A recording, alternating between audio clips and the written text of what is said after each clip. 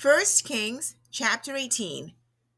Now it happened after many days that the word of the Lord came to Elijah in the third year, saying, Go show yourself to Ahab, and I will send rain on the face of the earth. So Elijah went to show himself to Ahab. Now the famine was severe in Samaria. Ahab called Obadiah, who was over the household. Now Obadiah feared the Lord greatly.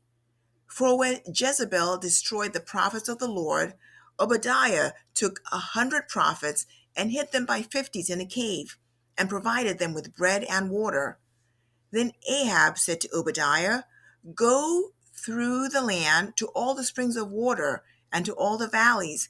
Perhaps we will find grass and keep the horses and mules alive, and not have to kill some of the cattle. So they divided the land between them to survey it. Ahab went one way by himself, and Obadiah went another way by himself. Now, as Obadiah was on the way, behold, Elijah met him, and he recognized him and fell on his face and said, Is this you, Elijah, my master? He said to him, It is I. Go, say to your master, Behold, Elijah is here. He said, What sin have I committed that you are giving your servant into the hand of Ahab to put me to death? As the Lord your God lives, there is no nation or kingdom where my master has not sent to search for you. And when they said, He's not here, he made the kingdom or nation swear that they could not find you. And now you're saying, Go say to your master, Behold, Elijah is here. It will come about, when I leave you, that the Spirit of the Lord will carry you where I do not know. So when I come and tell Ahab, and he cannot find you, he will kill me, although I, your servant, have feared the Lord from my youth. Has it not been told to my master what I did when Jezebel killed the prophets of the Lord, that I hid 100 prophets of the Lord by fifties in a cave and provided them with bread and water? And now you are saying, Go, say to your master, Behold, Elijah is here. He will then kill me. Elijah said, As the Lord of hosts live, before whom I stand, I will surely show myself to him today. So Obadiah went to meet Ahab and told him, and Ahab went to meet Elijah. When Ahab saw Elijah, Ahab said to him, Is this you, you troubler of Israel? He said, I have not troubled Israel, but you and your father's house have, because you have forsaken the commandments of the Lord, and you have followed the Baals. Now then, send and gather to me all Israel at Mount Carmel, together with 450 prophets of Baal and 400 prophets of the Asherah who eat at Jezebel's table. So Ahab sent a message among all the sons of Israel and brought the prophets together at Mount Carmel. Elijah came near to all the people and said, How long will you hesitate between two opinions? If the Lord is God, follow him. But if Baal, follow him. But the people did not answer him a word. Then Elijah said to the people, I alone am left a prophet of the Lord, but Baal's prophets are 450 men. Now let them give us 2 oxen, and let them choose 1 ox for themselves and cut it up and place it on the wood, but put no fire under it. And I will prepare the other ox and lay it on the wood, and I will not put a fire under it. Then you call on the name of your God, and I will call on the name of the Lord, and the God who answers by fire, he is God. And all the people said, That is a good idea. So Elijah said to the prophets of Baal, Choose 1 ox for yourselves, and prepare it first, for you are many, and call on the name of your God, but put no fire under it. Then they took the ox which was given them, and they prepared it, and called on the name of Baal from morning until noon, saying, O Baal, answer us. But there was no voice, and no one answered. And they leaped about the altar which they made. It came about at noon that Elijah mocked them and said, Call out with a loud voice, for he is God. Either he's occupied or gone aside, or he's on a journey, or perhaps he is asleep and needs to be awakened. So they cried with a loud voice and cut themselves according to their custom with swords and lances until the blood gushed out on them. When it was past midday, they raved until the time of the offering of the evening sacrifice. But there was no voice, no one answered, and no one paid attention. Then Elijah said to all the people, "Come near to me." So all the people came near to him. Then he repaired the altar of the Lord which had been torn down. Elijah took 12 stones according to the number of the tribes of the sons of Jacob, to whom the word of the Lord had come, saying, "Israel shall be your name." So with the stones he built an altar in the name of the Lord, and he made a trench around the altar large enough to hold 2 measures of seed. Then he arranged the wood and cut the ox in pieces and laid it on the wood. He said, "Fill 4 pitchers with water and pour it on the burnt offering and on the wood." And he said, "Do it a second time." And they did a second time. And he said, "Do it a third time." And they did it a third time. The water flowed around the altar, and he also filled the trench with water. At the time of the offering of the evening sacrifice, Elijah the prophet came near and said, "O Lord, the God of Abraham, Isaac, and Israel, today let it be known that you are God in Israel, and that I am your servant, and I have done all these things at your word. Answer me, O Lord, answer me, that this people may know that you, O Lord, are God, and that you have turned their heart back again." Then the fire of the Lord fell and consumed the burnt offering and the wood and the stones and the dust, and licked up the water that was in the trench. When all the people saw it, they fell on their faces, and they said, "The Lord, He is God. The Lord, He is God." Then Elijah said to them, "Seize the prophets of Baal. Do not let one of them escape." So they seized them. And Elijah brought them down to the brook Kishon and slew them there. Now Elijah said to Ahab, "Go up, eat and drink, for there is the sound of the roar of a heavy shower." So Ahab went up to eat and drink, but Elijah went to the top of Mount Carmel, and he crouched down on the earth and put his face between his knees. He said to his servant, "Go up now, look toward the sea." So he went up and looked and said, "There is nothing." And he said, "Go back 7 times." It came about at the 7th time that he said, "Behold, a cloud as small as a man's hand is coming up from the sea."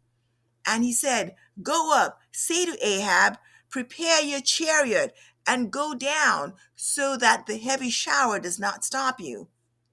In a little while, the sky grew black with clouds and wind, and there was a heavy shower. And Ahab rode and went to Jezreel. Then the hand of the Lord was on Elijah, and he girded up his loins and outran Ahab to Jezreel. 1 Kings chapter 19. Now Ahab told Jezebel all that Elijah had done, and how he had killed all the prophets with the sword. Then Jezebel sent a messenger to Elijah, saying, "So may the gods do to me and even more, if I do not make your life as the life of one of them by tomorrow about this time." And he was afraid, and arose and ran for his life, and came to Beersheba, which belongs to Judah, and he left his servant there. But he himself went on a day's journey into the wilderness, and came and sat down under a juniper tree. And he requested for himself that he might die, and said, "It is enough. Now, O Lord, take my life, for I am not better than my fathers." He lay down and slept under a juniper tree. And behold, there was an angel touching him. And he said to him, "Arise, eat." Then he looked, and behold, there was at his head a bread cake baked on hot stones, and a jar of water. So he ate and drank, and lay down again. The angel of the Lord came a second time, and touched him, and said, "Arise, eat, because the journey is too great for you." So he arose and ate and drank and went in the strength of that food 40 days and 40 nights to Horeb, the mountain of God. Then he came to a cave and lodged there. And behold, the word of the Lord came to him, and he said to him, "What are you doing here, Elijah?" He said, "I've been very zealous for the Lord, the God of hosts. For the sons of Israel have forsaken your covenant, torn down your altars, and killed your prophets with the sword. And I alone am left, and they seek my life to take it away." So he said, "Go forth and stand on the mountain before the Lord." And behold, the Lord was passing by, and a great and strong wind was rending the mountains and breaking in the pieces the rocks before the Lord. But the Lord was not in the wind. And after the wind an earthquake. But the Lord was not in the earthquake. After the earthquake a fire. But the Lord was not in the fire. And after the fire a sound of a gentle blowing. When Elijah heard it, he wrapped his face in his mantle and went out and stood in the entrance of the cave. And behold, a voice came to him and said, "What are you doing here, Elijah?" Then he said, "I have been very zealous for the Lord, the God of hosts. For the sons of Israel have forsaken your covenant, torn down your altars, and killed your prophets with the sword. And I alone am left, and they seek my life to take it away." The Lord said to him, "Go, return in your way to the wilderness of Damascus, and when you have arrived, you shall anoint Hazael king over Aram. And Jehu the son of Nimshi you shall anoint king over Israel, and Elisha the son of Shaphat of Abel Meholah you shall anoint as prophet in your place.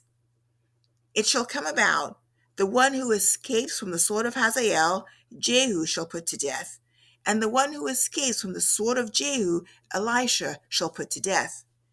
Yet I will leave 7,000 in Israel, all the knees that have not bowed to Baal, and every mouth that has not kissed him." So he departed from there and found Elisha the son of Shaphat, while he was plowing with 12 pairs of oxen before him, and he with the 12th. And Elijah passed over to him and threw his mantle on him. He left the oxen and ran after Elijah and said, "Please, let me kiss my father and my mother, then I'll follow you." And he said to him, "Go back again, for what have I done to you?" So he returned from following him and took the pair of oxen and sacrificed them and boiled their flesh with the implements of the oxen and gave it to the people, and they ate. Then he arose and followed Elijah and ministered to him. 1 Kings chapter 20. Now Ben-Hadad, king of Aram, gathered all his army, and there were 32 kings with him, and horses and chariots. And he went up and besieged Samaria and fought against it. Then he sent messengers to the city to Ahab, king of Israel, and said to him, "Thus says Ben-Hadad, your silver and your gold are mine, your most beautiful wives and children are also mine." The king of Israel replied, "It's according to your word, my lord, O king. I am yours, and all that I have." Then the messengers returned and said, "Thus says Ben-Hadad, surely I sent to you, saying, you shall give me your silver and your gold, and your wives and your children. But about this time tomorrow I will send my servants to you, and they will search your house and the houses of your servants, and whatever is desirable in your eyes they will take in their hand and carry away." Then the king of Israel called all the elders of the land and said, "Please observe and see how this man is looking for trouble. For he sent to me for my wives and my children, and my silver and my gold, and I did not refuse him." And all the elders and all the people said to him, "Do not listen or consent." So he said to the messengers of Ben-Hadad, "Tell my lord the king, all that you sent for to your servant at the first I will do, but this thing I cannot do." And the messengers departed and brought him word again.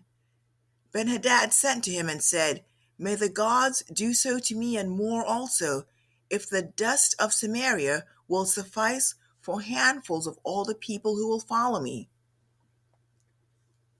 Then the king of Israel replied, Tell him, let not him who girds on his armor boast like him who takes it off. When Benhadad heard this message, as he was drinking with the kings in the temporary shelters, he said to his servants, Station yourselves. So they stationed themselves against the city. Now behold, a prophet approached Ahab, king of Israel, and said, Thus says the Lord, have you seen all this great multitude? Behold, I will deliver them into your hand today, and you shall know that I am the Lord. Ahab said, By whom? So he said, Thus says the Lord, by the young men of the rulers of the provinces. Then he said, Who shall begin the battle? And he answered, You. Then he mustered the young men of the rulers of the provinces, and there were 232. And after them he mustered all the people, even all the sons of Israel, 7,000. They went out at noon, while Benhadad was drinking himself drunk in the temporary shelters with the 32 kings who helped him. The young men of the rulers of the provinces went out first, and Benhadad sent out, and they told him, saying, Men have come out from Samaria. Then he said, If they have come out for peace, take them alive. Or if they've come out for war, take them alive. So these went out from the city, the young men of the rulers of the provinces, and the army which followed them. They killed each his man, and the Arameans fled, and Israel pursued them. And Benhadad, king of Aram, escaped on a horse with horsemen. The king of Israel went out and struck the horses and chariots, and killed the Arameans with a great slaughter. Then the prophet came near to the king of Israel and said to him, Go, strengthen yourself, and observe and see what you have to do. For at the turn of the year, the king of Aram will come up against you. Now the servants of the king of Aram said to him, Their gods are gods of the mountains. Therefore they were stronger than we. But rather let us fight against them in the plain, and surely we will be stronger than they. Do this thing, remove the kings, each from his place, and put captains in their place, and muster an army like the army that you've lost, horse for horse, and chariot for chariot. Then we will fight against them in the plain, and surely we will be stronger than they. And he listened to their voice and did so. At the turn of the year, Benhadad mustered the Arameans and went up to Aphek to fight against Israel. The sons of Israel were mustered and were provisioned, and went to meet them. And the sons of Israel camped before them like two little flocks of goats, but the Arameans filled the country. Then a man of God came near and spoke to the king of Israel, and said, Thus says the Lord, because the Arameans have said, The Lord is a God of the mountains, but he's not a God of the valleys, therefore I will give all this great multitude into your hand, and you shall know that I am the Lord. So they camped one over against the other 7 days. And on the seventh day the battle was joined, and the sons of Israel killed of the Arameans 100,000 foot soldiers in one day. But the rest fled to Aphek into the city, and the wall fell on 27,000 men who were left. And Benhadad fled and came into the city into an inner chamber. His servants said to him, Behold, now we have heard that the kings of the house of Israel are merciful kings. Please let us put sackcloth on our loins and ropes on our heads and go out to the king of Israel. Perhaps he will save your life. So they girded sackcloth on their loins and put ropes on their heads and came to the king of Israel and said, Your servant Benhadad says, Please let me live. And he said, Is he still alive? He is my brother. Now the men took this as an omen, and quickly catching his word, said, "Your brother Ben-Hadad." Then he said, "Go bring him." Then Ben-Hadad came out to meet him, and he took him up into the chariot. Ben-Hadad said to him, "The cities which my father took from your father I will restore, and you shall make streets for yourself in Damascus, as my father made in Samaria." Ahab said, "And I will let you go with this covenant." So he made a covenant with him and let him go. Now a certain man of the sons of the prophets said to another by the word of the Lord, "Please strike me." But the man refused to strike him. Then he said to him, "Because you've not listened to the voice of the Lord, behold, as soon as you have departed from me, a lion will kill you." And as soon as he departed from him, a lion found him and killed him. Then he found another man and said, "Please strike me." And the man struck him, wounding him. So the prophet departed and waited for the king by the way, and disguised himself with a bandage over his eyes. As the king passed, he cried to the king and said, "Your servant went out into the midst of the battle, and behold, a man turned aside and brought a man to me and said, 'Guard this man, for if any reason he is missing, then your life shall be for his life, or else you shall pay a talent of silver.' While your servant was busy here and there, he was gone." And the king of Israel said to him, "So shall your judgment be. You have yourself decided it." So he hastily took the bandage away from his eyes, and the king of Israel recognized him that he was one of the prophets. Then he said to him, "Thus says the Lord, because you have let go out of your hand the man whom I devoted to destruction, therefore your life shall go for his life, and your people for his people." So the king of Israel went to his house sullen and vexed, and came to Samaria.